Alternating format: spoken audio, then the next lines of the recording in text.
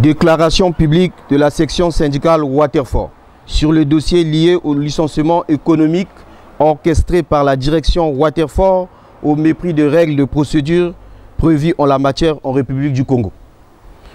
Nous en appelons au premier magistrat de la République, son Excellence Denis Sassou Nguesso, président de la République, chef de l'État, de bien vouloir s'impliquer personnellement dans la résolution globale et définitive de ce conflit social. Pour mémoire, le collectif des agents Waterford, par initiative de leur direction, vu la crise sévissant dans le secteur pétrolier, suite à la chute du cours du baril du pétrole, a été saisi par le biais de sa section syndicale du projet de licenciement économique qu'elle envisageait entreprendre. À l'issue de cette rencontre, la direction Waterford, ayant saisi les partenaires sociaux qui avaient donné leur point de vue sur la question, demandant à cette direction de se conformer au texte de loi en vigueur, notamment prévoir un plan de sauvegarde des emplois, minimiser les charges de l'entreprise, licencier les agents ayant des contrats de travail à régime temporaire, envisager le chômage économique, commencer à licencier en premier les expatriés coûtant plus cher à la société, envisager les départs négociés et la mise en retraite anticipée pour les agents ayant fait acte de candidature, envisager le licenciement économique si la crise venait à persister, tenant compte de la procédure prévue par les textes de loi en vigueur. Chose curieuse, la procédure engagée par la direction Waterford s'est avérée viciée sur la forme et abusive au fond, car la direction départementale de travail, étant corrompue jusqu'à la moelle de os, a ordonné la tenue de la commission des litiges sans la présence des partenaires sociaux, faisant courir le délai de 8 jours pour engager la décision tacite et unilatérale du président de la commission de litige, j'ai cité le directeur départemental du travail, Pouilou Pointe-Noire, d'aller au licenciement malgré le vice de procédure constaté. Ce matin, à la grande surprise générale, la direction Waterford, s'attachant les services de la police, s'est employée à expulser les agents de façon manu militari, leur contraignant par voie de dol de signer les notifications de rupture des relations de travail entre l'employeur et l'employé par devant un huissier de justice. Eu égard au gangstérisme de terrain et le bras de fer que veut engager la direction Waterford, au mépris total des textes de loi, vu le comportement affiché par la direction des ressources humaines Waterford, la section syndicale Waterford demande à tous les travailleurs d'observer un arrêt de travail illimité à compter de ce jeudi 25 mars 2015 à 14h30 à l'issue du débat à la DST sur convocation reçue du directeur départemental des deux parties, j'ai cité la section syndicale Waterford et la direction Waterford. S'attachent les services d'un avocat, notamment Maître Ambroise Hervé Malonga, ancien bâtonnier, ancien avocat du gouvernement congolais et ancien membre du Conseil constitutionnel, pour réparer ce préjudice causé au collectif des travailleurs Waterford, notamment la non-reconnaissance de leur ancienneté et les cotisations sans cesse prélevées régulièrement et pourtant non réversées. Fait porter la responsabilité à la direction Waterford de tous les dégâts que peuvent occasionner ce mouvement. Informe l'opinion nationale et toutes les autorités de la République de la mauvaise foi de la direction Waterford de faire les chômeurs congolais contrairement à la lettre de mission numéro 025 PNR, CAB, CSS et PP du 27 janvier 2015 du chef de l'État au ministre en charge du travail et de la sécurité sociale sur l'approfondissement du dialogue social. Fait à Pointe-Noire ce mercredi 25 mars 2015 pour le collectif de travailleurs de la société Waterford, la section syndicale représentée par Elvis Monkou, secrétaire chargé à la communication, porte-parole du syndicat, délégué du personnel, président du cercle de réflexion dynamique citoyenne, et Yana Franck, secrétaire chargé à la communication, Mboko Paul, secrétaire chargé à l'organisation, Kaya Jean-Pierre, secrétaire chargé aux finances. Mabiala Persoult, secrétaire chargé aux affaires sociales. Bon, biso basali à Oazerfort, il y a Pointe-Noire. Toi, moi, mon mécanoté, mais toi, moi, conflit moqué, na mo continue biso à Oazerfort pour la licambetali licenciement économique. Tu es bien au solo. Tes licenciements et crise économique est allé au niveau international. Mais tu sengi na ba continue biso ba landela li mobeko oyo komama na babuku. Et le bakanini pas le longo mota mosala. Mais toko kamwa tango zo benga biso pa boxa makambo to wuti na DST balobi to jongela le pango na biso pa to boxa na kimia na kati ya famille mais to kamwe makambo eke na vitesse o elongo banité. Le na tongo yo to moni baninga mosusu babingi bango pa makambo etali ko siji mikanda pour que batika misala na bango. Na kati ya surprise na kati ya kokamwa tokomi tuna mokili wana biso tokosuka ndenge nini na bolelo tundimaki te que likambo ekosala maboyo soki tomoni bakalaka oyo bazokamba biso bakalaka lokumu mpenza mais soki tomoni badécision oyo bazozwa tokokamwa badécision wana toyebi te tosengi na bakonzi ya mboka oyo sino na ye mei tata mokonzi mokambi ekolo akomi pesa asosola atala abongisa biso likambo wana na ndenge elongo bani toyebi biso nyonso ke licenciement économique eza na nzela nango mais nde procédure elongo bani te yango wana toyewa mpona toyebisa bandeko na biso bayeba qu'effectivement ata bokolongola bato mais bolanda mibeko ekomama na buku nango ntatina na to yugo ipesa bino message wana et to bengi to bwaki mbela na mokonzi mboka asunga biso na makambo etali licenciement économique na ndenge ya bosembo. Bien à vous madame messieurs, nous faisons suite à la déclaration des travailleurs de Waterfort, plutôt devrais-je dire du collectif des travailleurs de Waterfort. Waterfort est une société pétrolière de droit congolais œuvrant dans le domaine des forages pétroliers. Avec moi sur ce plateau pour en parler, deux agents de cette société. À ma droite, si vous voulez bien me présenter, Elvis Monkou. Qui êtes-vous exactement? Ce monsieur Elvis Monkou, je suis agent Waterfort, j'évolue au département de législation douanière. Je suis le président exécutif national du cercle de réflexion dynamique citoyenne. Comme on dit dans une autre vie. Dans une autre vie, prenons en ce moment-là le chapitre politique. Et donc, en même temps, secrétaire chargé à la communication, porte-parole du syndicat, délégué du personnel, collège maîtrise. À votre droite, si on peut se présenter. C'est M. Mabiala Passi, Jean Bersault. Monsieur Mabiala Passi. Jean Bersault. Mon nickname dans la société Waterfort, on connaît au nom de Taton. Taton. Comme on dit un petit nom au sein de l'entreprise, quoi. Tout à fait. Et donc, je suis secrétaire chargé aux affaires sociales. Et au sein du syndicat de la section Waterfort, oui. Syndicat Waterfort. Et dans l'autre vie, je suis secrétaire général du cercle de réflexion dynamique citoyenne. Dynamique citoyenne. Alors, tout de suite, on va attaquer le taureau par les cornes. Nous venons de suivre la déclaration que vous avez rendue publique. Il y a la situation qui prévaut au sein de Waterfort. J'ai envie de dire, au fond, où était le problème? Qu'est-ce qui se passe au sein de votre société? Le problème qui se pose à Waterfort, c'est ceci dans le cadre de la crise économique qui sévit dans le secteur pétrolier à la suite de la chute, disons, du cours du baril du pétrole. Oui.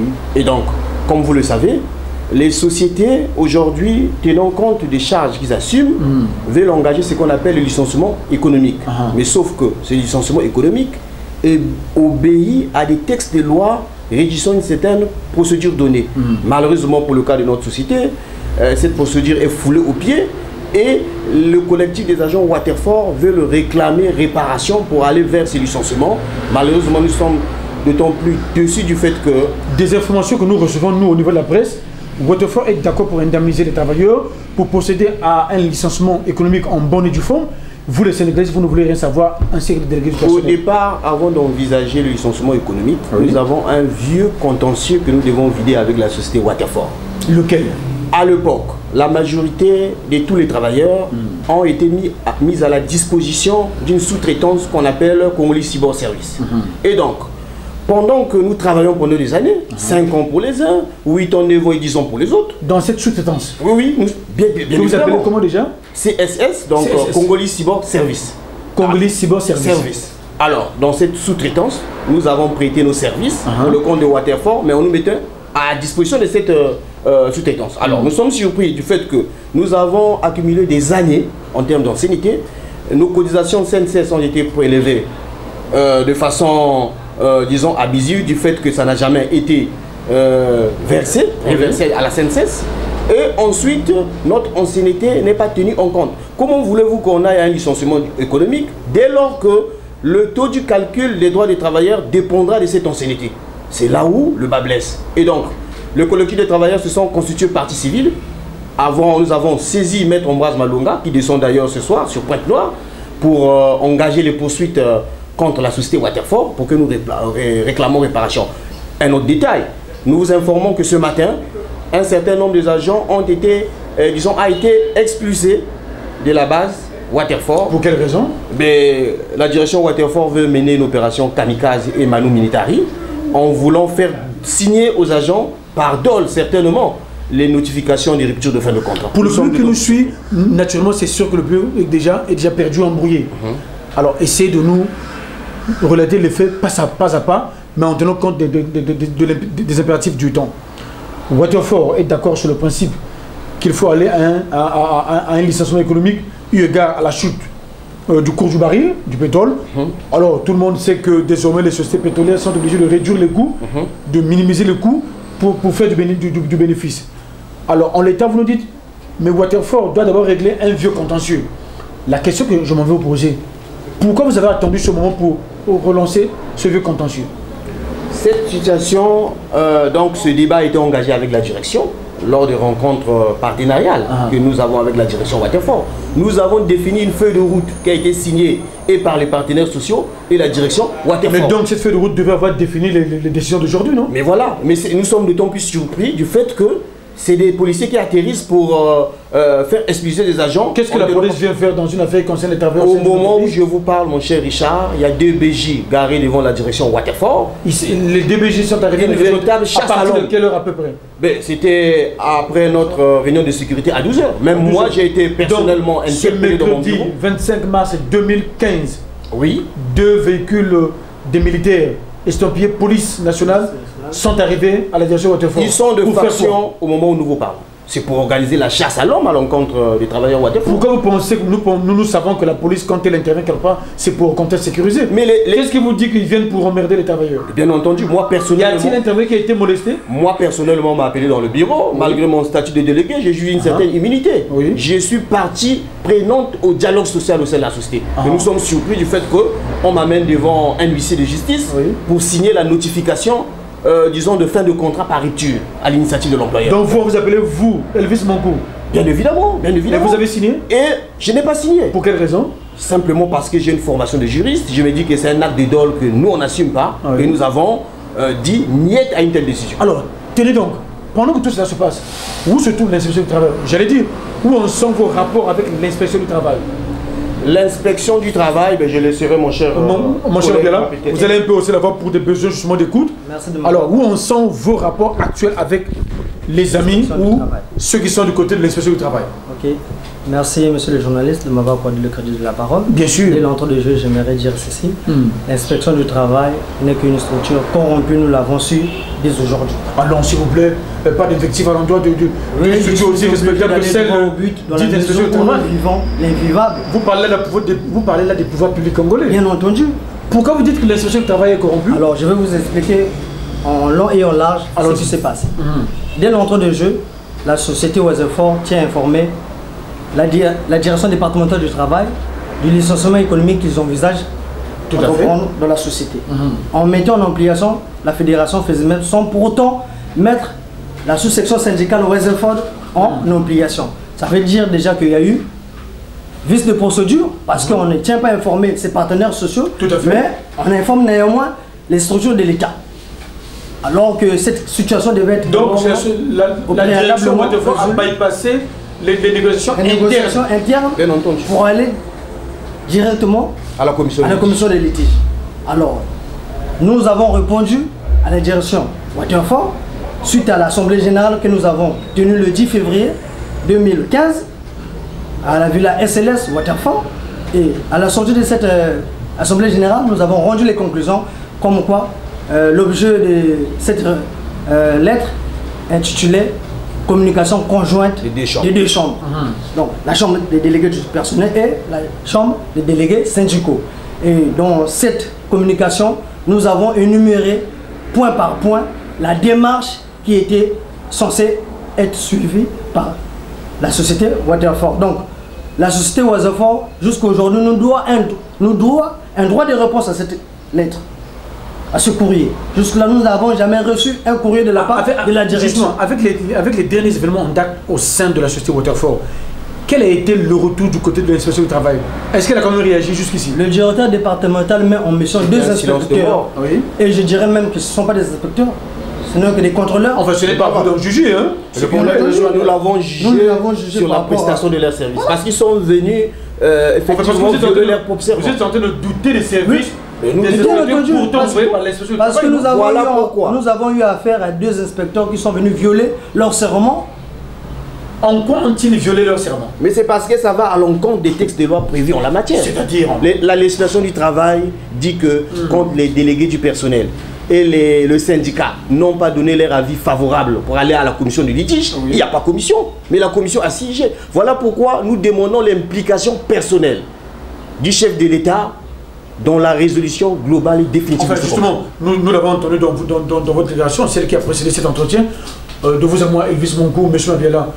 Qu'est-ce que le chef de l'État congolais a à voir dans une situation? Vous savez, tout au départ. Je suis bien d'accord que Denis Sassou Nguesso sont maire du problème de ses citoyens. C'est le premier juge de la République. D'accord sur le principe, mais vous n'avez pas encore épousé toutes les procédures pour en appeler tout de suite au premier magistrat. On parle là du premier magistrat congolais, c'est problème. Dès lors que la procédure a été viciée, nous avons fait venir Maître Ambaz Malunga, qui certainement va prendre le relais dans le cadre d'assurer la défense des intérêts. Nous l'acceptons. Mais le problème qui nous fait plus mal à cœur, c'est le fait que même le directeur départemental du travail veut engager la responsabilité de l'État. Le président Sassou veut de la paix dans ce pays. Et moi, en ma qualité de président exécutif national, du cercle de réflexion dynamique citoyenne, un grand leader d'opinion, donc je soutiens d'abord d'ailleurs l'action politique chef de l'État, évitons que dans cette façon de faire, que les gens se regardent en chaîne de faïence. Nous voulons de la paix dans ce pays, et si les autorités de la place qui pensent que cette paix-là nous est chère, ils doivent prendre cette situation à bras le corps parce que nous ne voulons pas que les débats. Vous pensez que les pouvoirs publics ont abandonné les travailleurs de Waterford? Je ne dirais pas peut-être totalement, mais quand la direction départementale du travail, le service habilité à trancher ce genre de conflit. Mais voilà, c'est un silence coupable.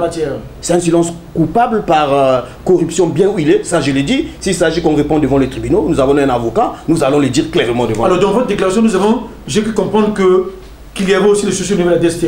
Alors quel rapport avec la DST?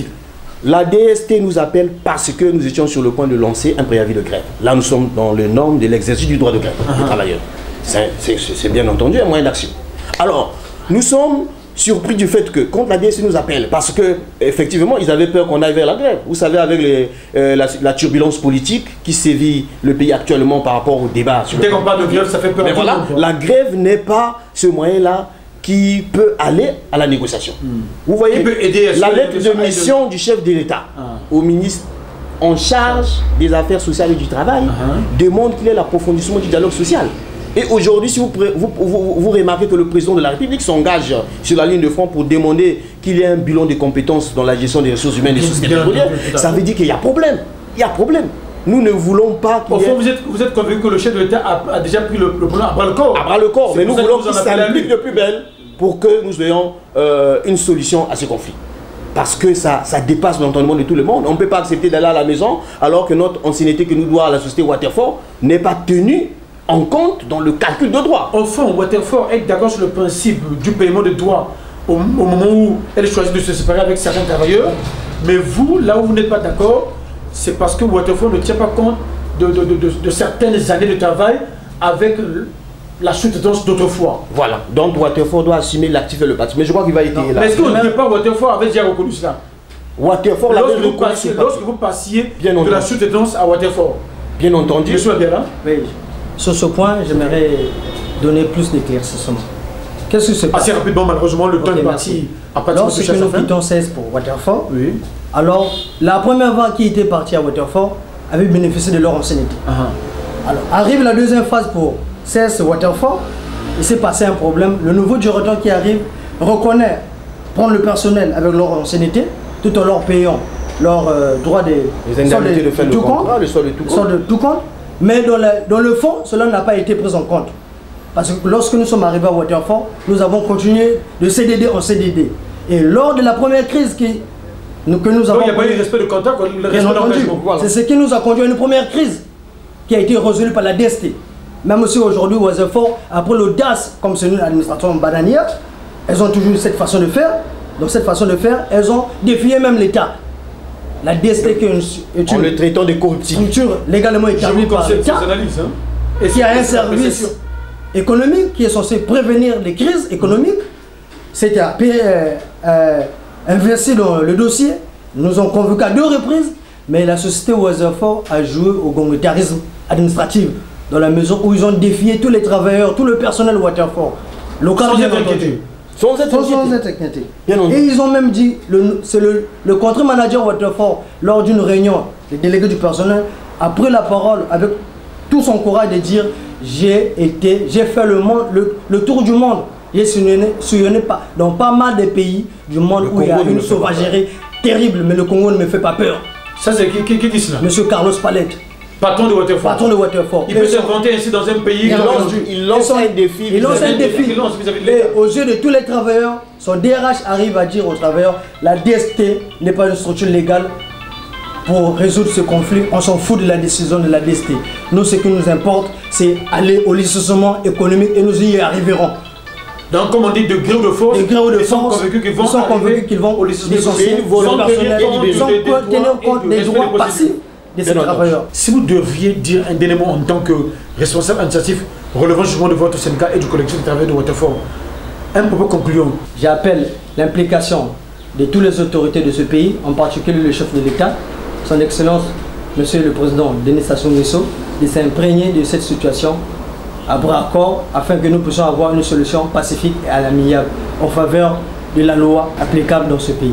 Merci.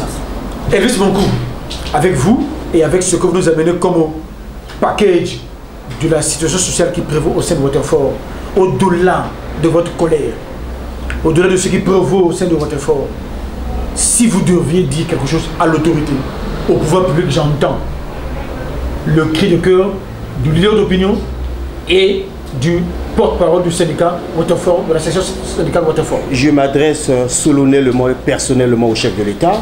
Je suis Elvis Monkou, président exécutif national du cercle de réflexion dynamique citoyenne qui soutient l'action politique du Parti congolais du travail. Je fais cette déclaration partant d'un cri de cœur en disant que le collectif des travailleurs Waterford est mortellement blessé par la complicité de leur direction et un certain nombre des autorités publiques de la place, notamment le directeur départemental du travail, qui va à l'encontre des textes et lois applicables en matière de législation du travail. Nous demandons à ce que le président Denis Sassou Nguesso nous aide. S'il y a lieu de demander l'audience, s'il y a lieu de se rendre à Brazzaville, nous le ferons par le biais de notre avocat ou par nous-mêmes, question de trouver une solution pacifique à ce conflit. Voilà qui est dit, madame, monsieur les téléspectateurs, voilà ce que nous pouvions ajouter au-delà de la déclaration rendu public par le collectif des travailleurs de Waterford.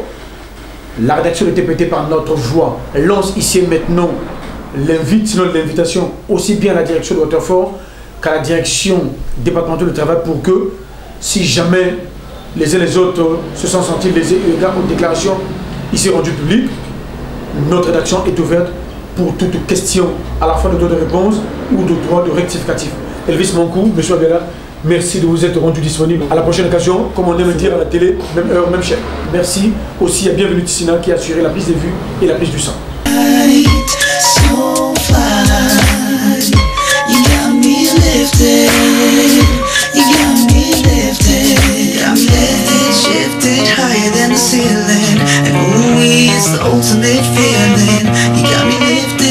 So gifted, sugar, how you get so fly?